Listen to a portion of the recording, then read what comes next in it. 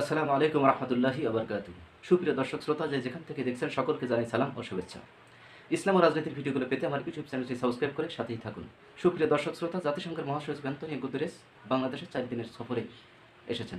তিনি রোহিঙ্গা ক্যাম্প পরিদর্শন শেষে বাংলাদেশের ফ্যাসিবাদ বিরোধী সকল রাজনৈতিক দলের সাথে মত বিনিময় করছেন। বাংলাদেশের সকল সংস্কারের জন্য জাতিসংঘের মহাসচিব পূর্ণ সমর্থন দিয়েছেন।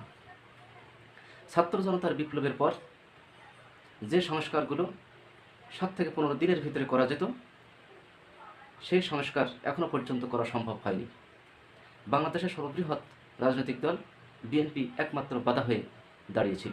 ছাত্র জনতার বিপ্লবের পর প্রথম উচিত ছিল রাষ্ট্রপতিকে অপসারণ করা, দ্বিতীয়ত সেনাবাহিনীর প্রধানকে অপসারণ করা, তৃতীয়ত বাংলাদেশের সংবিধানকে সংস্কার করা, চতুর্থত সকল প্রশাসনের ভিতরে সকল ফ্যাসিবাদের দোসর যারা রয়েছে প্রত্যেকটি দোসরের প্রোফাইল দেখে দেখে বাছাই করে তাদেরকে অপসারণ করা, এবং সর্বশেষ ফ্যাসিবাদের দোসর খুনি স্বৈরাচারী আওয়ামী লীগকে বাংলাদেশের রাজনীতি থেকে নিষিদ্ধ করা। এই কয়েকটি সংস্কার করলে বাংলাদেশের মানুষের জন্য একটি নতুন বাংলাদেশ, একটি আশা জাগানোর বাংলাদেশ তৈরি করা সহজেই সম্ভবপর হতো। বাংলাদেশের মানুষ তখন আশা করত যে এখন বাংলাদেশের যে সংস্কার হয়েছে তাহাতে এখন সকলেই সুন্দর পরিবেশে নির্বাচন করে একটি নির্বাচিত সরকারকে বাংলাদেশে প্রতিষ্ঠিত করতে সক্ষম হবে। বাংলাদেশ সকলের জন্য একটি নিরাপদ বাংলাদেশে পরিণত হওয়ার সেই পরিবেশ তৈরি হয়ে যেত।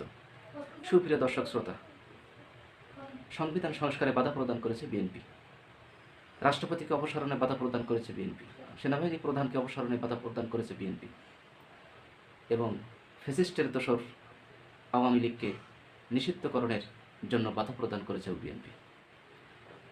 বাংলাদেশের সর্বত্র বিশৃঙ্খলা তৈরি হচ্ছে। বাংলাদেশের বিভিন্ন স্থানে চাঁদাবাজি, হত্যা, ধর্ষণ সহ নানাবিধ অপকর্ম সংগঠিত হচ্ছে। যদি বাংলাদেশে সাথে সাথেই বিপ্লবের পরে সাথে সাথে সংস্কার হতো, তাহলে এ ধরনের পরিবেশ তৈরি করা তো দূরের কথা, ধরনের পরিবেশ তৈরি করার চিন্তা তাদের মাথার ভিতরে নিয়ে আসতে পারতো না। সুপ্রিয় দর্শক শ্রোতা, বাংলাদেশের যে পরিবেশ, যে পরিস্থিতির দিকে দেশ এগোচ্ছে, দেশে যে অস্থিতিশীল পরিস্থিতি দিনের পর দিন বেগবান হচ্ছে, দেশকে একটি সুন্দর পরিস্থিতির, একটি শান্ত পরিস্থিতির দেশে পরিণত করতে হলে অবশ্যই সংস্কারের কোনো বিকল্প নেই। আমরা আশা করব অন্তর্বর্তীকালীন সরকার অধ্যাপক ডক্টর মোহাম্মদ ইউনূসের নেতৃত্বে বাংলাদেশের সকল কাঠামো সঠিকভাবে সংস্কার হবে এবং বাংলাদেশ সকলের জন্য একটি নিরাপদ বাংলাদেশে পরিণত হবে। সে আশাবাদ ব্যক্ত রেখে ভিডিওটি শেষ করছি। সকলেই ভালো থাকুন, সুস্থ থাকুন। আল্লাহ হাফেজ।